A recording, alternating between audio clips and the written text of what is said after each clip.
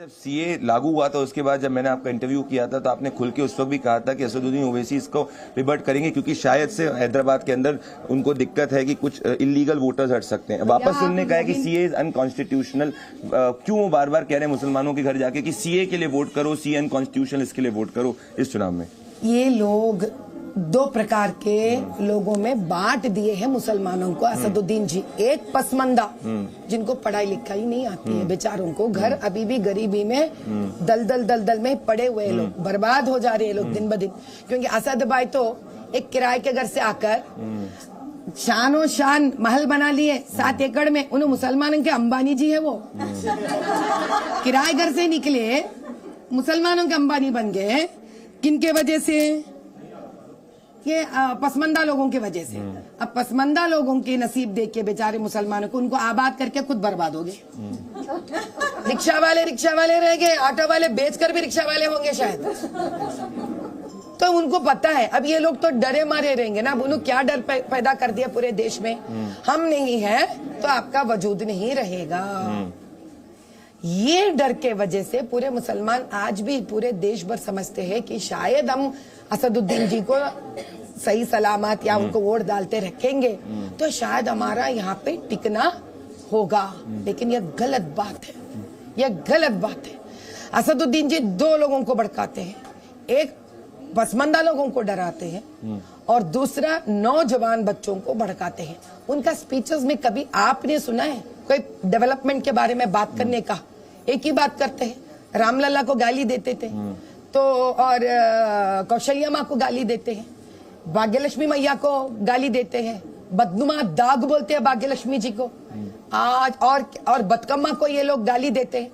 तो बेचारे नौजवान मुसलमान समझ रहे हैं अरे इतने गाली देने के बाद भी असद भाई का कुछ नहीं हो रहा, इसका मतलब है असद भाई पावरफुल है। अब उन सारे नौजवानों से मैं कह रही हूँ भैया अब चुप बैठने वाले नहीं है हम भी। खबरदार जो मुंह से निकालेंगे हमारे भगवान और देवी देवताओं के बारे में, हम उनको खींच के लाएंगे रोड के ऊपर। और दूसरी बात, हम अल्लाह का भी कदर करते हैं, हम राम का भी कदर करते हैं, हम रहीम को भी कदर करते हैं।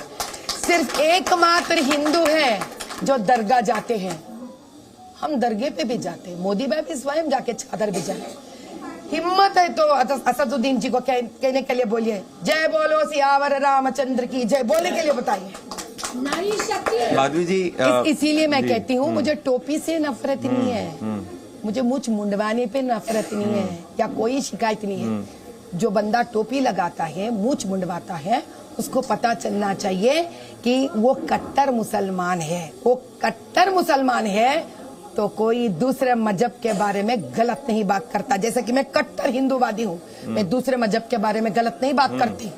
तो आप मुसलमान नहीं हो, मुसलमान के आड़ के अंदर एक खुदगर्ज मर्द हो। तो क्या आप ओपनली अगर जी न्यूज पे असदुद्दीन ओवैसी और माधवी लता आमने सामने आएंगे, क्या आप फेस ऑफ डिबेट करने के लिए तैयार हैं कॉन्स्टिट्यूंसी के अंदर किसी भी जी न्यूज के ऊपर असदुद्दीन ओवैसी से फेस ऑफ? क्योंकि अभी तक वो आपका आमना सामना नहीं कर पाए। अगर एक आमना सामना होता है असदुद्दीन ओवैसी वर्सेस माधवी लता, क्या माधवी लता तैयार है कि ओपनली चैलेंज करती है असदुद्दीन ओवैसी? पर्दाफाश करके पूरा प्रूफ के साथ आएंगे साहब। हम किस बात के डर है? अभी तो हम आपकी अदालत में छोटा फाइल लेके गए थे, अब इतना बड़ा फाइल लेके आएंगे, दुनिया भर की फाइल लेके आएंगे। हिम्मत है तो आने के लिए बोलिए। एक वक्फ बोर्ड के लैंड्स लेके आएंगे हम, मंदिरों को तोड़े से लैंड्स लेके आएंगे हम, मस्जिदों को तोड़े से लैंड्स लेके आएंगे हम, घरों को तोड़े से लैंड्स लेके आएंगे। मुसलमान घर भी तोड़े उन्होंने, शिया के, हिंदुओं के घर भी तोड़े, सब इंफॉर्मेशन लेके मैं आऊंगी।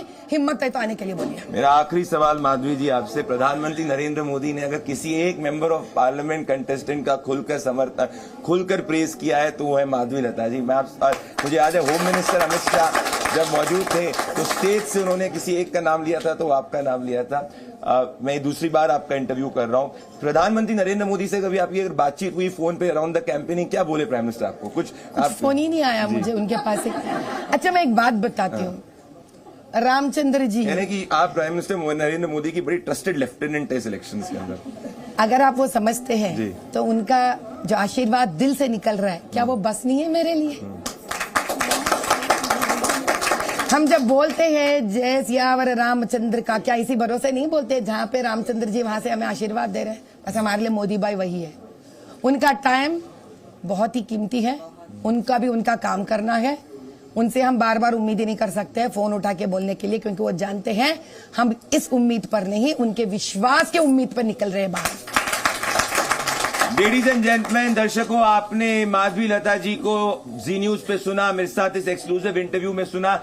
एक बात तो तय है कि माधवी लता जो भी बोलती हैं बेबाक बोलती हैं, और जैसे बोलती है शायद इसीलिए इस वक्त देश की जनता उनको इतना सुनना चाहती है। मेरे साथ में आप जुड़ी, बहुत बहुत धन्यवाद, शुक्रिया। जी न्यूज।